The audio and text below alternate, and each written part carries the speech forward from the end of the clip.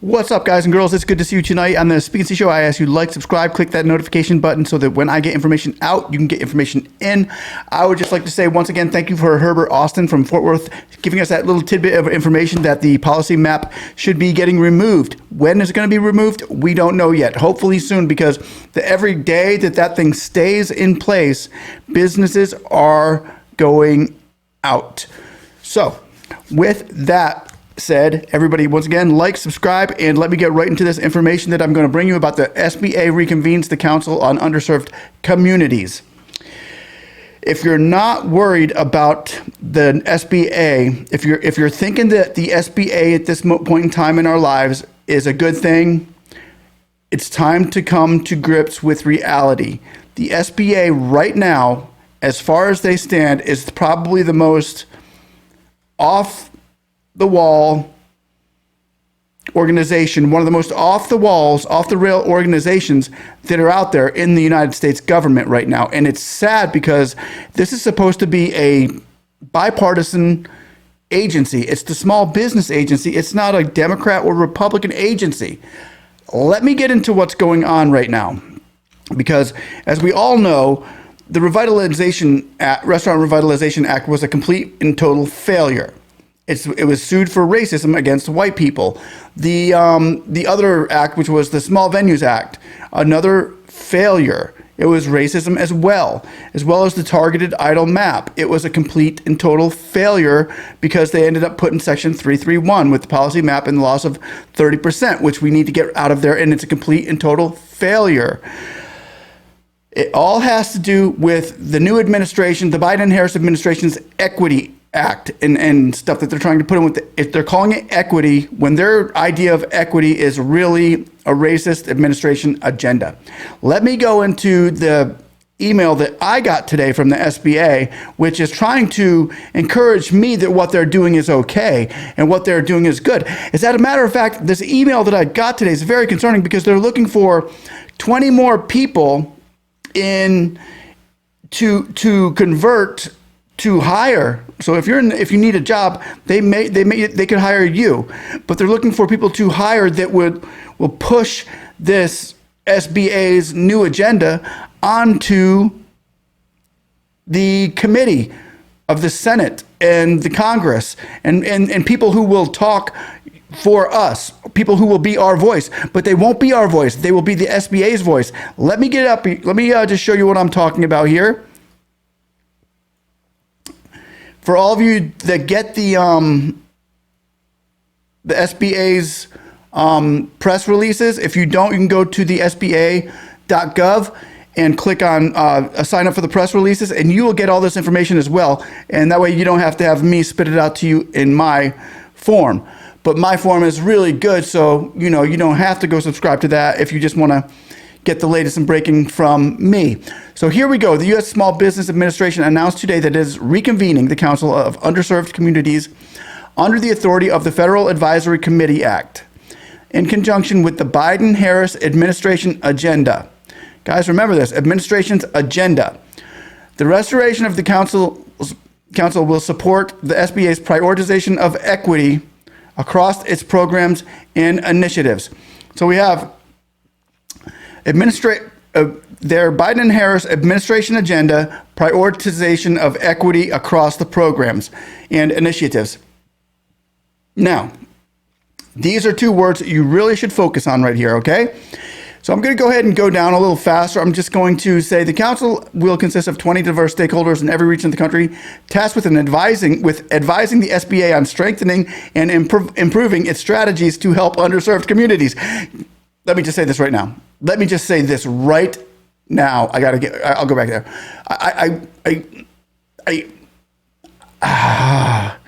They are asking, what they're asking for here is a big lie.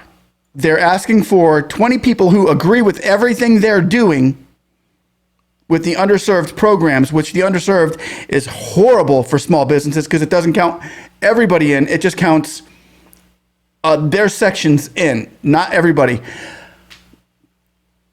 I'm just going to say, okay, let me read this. I will put a link down below. Actually, I can't put a link down below. Just go to the SBA if you want to read it. You can go to the press thing. Okay. Anyway, let me go. Our focus on reaching our underserved businesses is aligned with Biden-Harris administration dedication to equity. We know that all of our small businesses must be supported and given opportunities to succeed to rebuild our nation's economy, strengthen our global competitiveness, said SBA Administrator Isabel Guzman. With support and insights from the Council of Underserved Communities, we can better build and implement programs to equitably serve all of our smaller businesses and innovative startups. She is saying, with the people we get that believe in what we're doing, the people that we bring in and train, we will be able to better serve all of America. And these are not people, look, they're not people that me and you are voting in. These are people that the SBA are saying, yeah, they meet our criteria for the people that are going to speak for all of you. This is scary. This is scary. And keep going. The Council of Underserved Communities was established to focus on communities and populations that have faced barriers accessing credit, capital, other resources necessary to start and grow businesses. The CUC's mission is to collectively provide SBA with input, data, recommendations on strategies to improve and strengthen equity among women, veteran, minority-owned businesses, and or businesses from low to moderate income or rural counties. I'm okay with all that. I really am, as long as you're not just them. But if you want to help out the minorities and the veterans and the women, God bless you. Yes, we need to give them all the help we can give them, but not just them. With the announcement, the SBA is soliciting nominations from the member of the public with the deadline of Tuesday. See, it's soliciting nominations from members from the public. That's you and me. If you want to file for this, you can file to be one of these people. Which I would encourage you to do if you're a minority or in one of these areas. Yes, please do. Please be somebody that can actually speak for all of us. It's going to be hard to get because if you don't agree with what they're doing, they might just say no to you. That's kind of their goal here. With the announcement, the SBA is soliciting nominations for members from the public with the deadline Tuesday, July 20th, 2021, with the requirements for nominations include must be represented to interest of the urban and rural development communities. Former or current small business owner, okay, they give all that. And they go through all these other things for the nominees for the businesses. Now, let me come down here.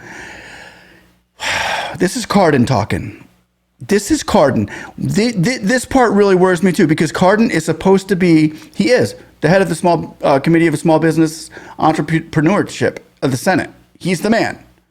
So you would think he would have a clue, but Cardin has no clue. Cardin needs to go too. Cardin needs to be, somebody needs to get rid of Cardin. He says, I applaud Administrator Guzman for reconvening the Council on Underserved Communities to advise SBA on policies that will better meet the needs of underserved entrepreneurs, said Senator Cardin, chairman of the U.S. Senate Committee on Business and Small Business and Entrepreneurship. The months and years ahead are an opportunity to reshape our nation's economy and make it fair and more equitable. SBA must play, and do you see it? Does anybody see what he's saying now? I see none of it in this new SBA. I see nothing that he's talking about in what he's saying right now. There's no meat on these bones to back up what he's saying. These are empty, and if they're whatever they're trying to fill here, the void that they're trying to fill, isn't for all small businesses. It's only for some. Pay close attention.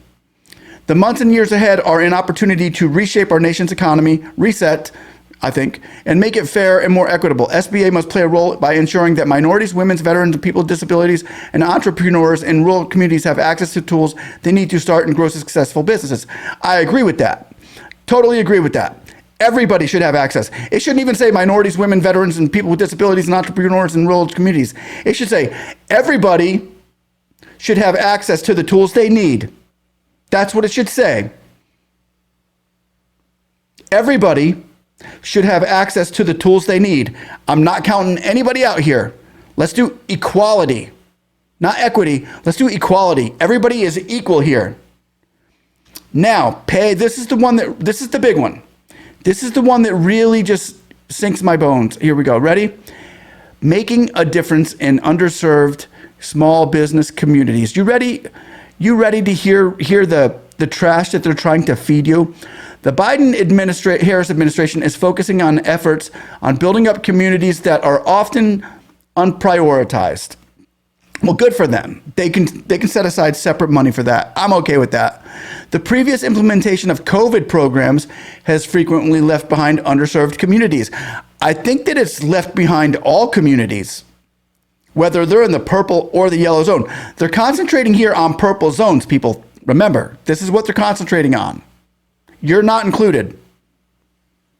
The success the SBA and small business communities have seen from prioritizing let me just read that again. The success the SBA and small business communities have seen from prioritizing equity in programs such as the Restaurant Revitalization Fund. How many of you out there feel like that was a success? They are trying to sell this as a success. They are. That's what they're trying to do. They're trying to say, yeah, we need more of it. That's why we're looking for these 20 people to tell them that we're being successful in what we're doing. That's the problem. That's the scary part, is they think that they're being successful. And if they think that they're succeeding in what they're trying to do, the thing that they're doing, if they think it's successful, we are in big, big trouble. So they're saying the success SBA and small business communities have seen from prioritizing equity in programs such as the revitalization, they got sued for racism and lost. That's not success. That's failure at its worst. You were successful at being racist. You're calling that successful. That scares me. And the third round paycheck protection exemplify the need to continue this progress. To continue the progress that they've been not making. If you're here, you know what I'm talking about. This is not progress. Why would we continue in this path that we have all been on? Why would we want to take this journey with them? To shutting down businesses. That's what they're doing. They're closing shop. For middle class businesses, they're closing shop. The Shuttered Venue Operators Grant, successful? The Shuttered Venue Operators Grant is not successful. They had to stop giving money out because they got sued for racism and lost. And they want to continue this progress. And also, they say it's continue the progress, the COVID economic injury disaster loans and targeted grants. Success? Progress? That they want to continue?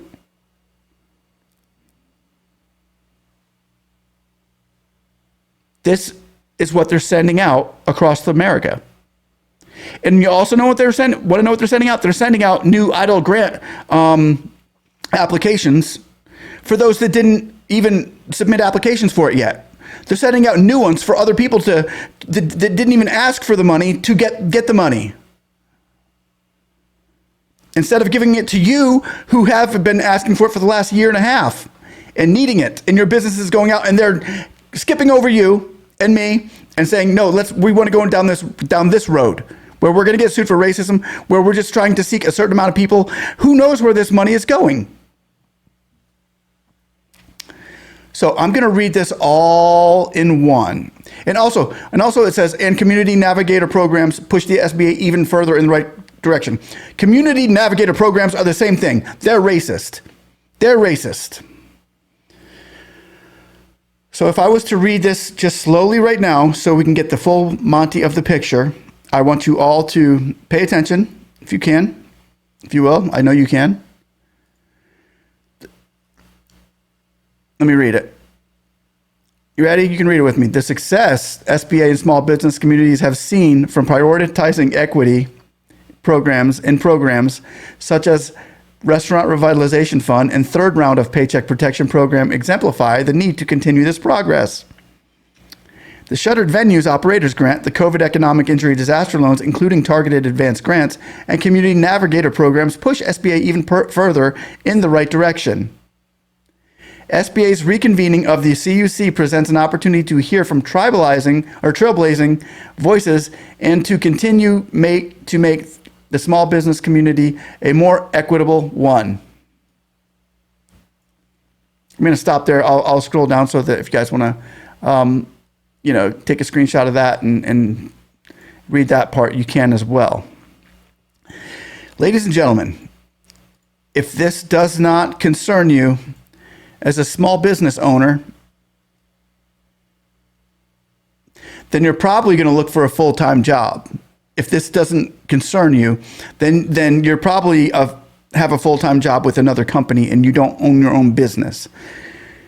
If you're a middle-class business owner, or even medium to middle class or above, even a low-income business owner, for you to not be concerned about this, to not say, okay, I'm equal with everybody else, you're going to be actually hoping that the SBA says, yeah, you fit into that category. And let me tell you right now, just because you're black or Asian or Indian or Alaskan or Latino, definitely doesn't matter if you're white, but no matter what you are, it doesn't mean that you fit in. You may still not fit their bill of exactly what they want. If you're black but you're not gay, you might not fit the bill. If you're black and you're a Christian or Latino and a Christian, you might not fit the bill. This is what I'm saying. This is what it's looking like, people. They are nitpicking certain groups and saying, you get money and you don't. Now, remember, this is federal money. And they're going to put people in charge. They're looking for people to come in charge, like, yeah, get behind what we're doing. Let's find a few people that can get behind what we're doing and talk to the Senate committees and Committee of Business Entrepreneurship, people that Cardin is going to let talk to him. Cardin is literally pushing this as well. Shame on you, Cardin. Shame on you, Ben Cardin. Cardin's pushing this, saying, yeah, bring some people in. Bring some people in that agree with what we're doing, exactly what we're doing, and if they don't agree with it, we don't want to hear from them. And you know what? Let me tell you right now, the majority of small business owners in America don't agree with what you're doing. You guys are I'm sorry, but this next election, you're going to feel the wrath of small businesses. Like the Republicans felt it during the last election, only worse. I hate to be a downer to anybody out there, but I also want to keep you guys aware of what's going on in the SBA. Guzman's got to go. Guzman needs to be fired. We need to get with our senators and say, get rid of Guzman. Like Carranza, we thought she was bad. Carranza was an angel, which is a very sad thing to say. The last administrator of the SBA was an angel compared to this one. Guys, like, sub, I will keep you informed about what's going on, as well as what we're doing what's going on with that policy map. Hopefully we can we need to put some pressure on the SBA, the senators and the Congress. We're going to find out what's going on. And we got some people who are actually going to go talk to Herbert Austin, somebody that's actually going to have a sit down with Herbert Austin and find out exactly what he's saying. And if there is some sort of a timeline that he could give us, which would make our lives a little bit more clear to what's going on in the future. Guys, like, subscribe. Somebody say, hey, I want my 10K. Yeah.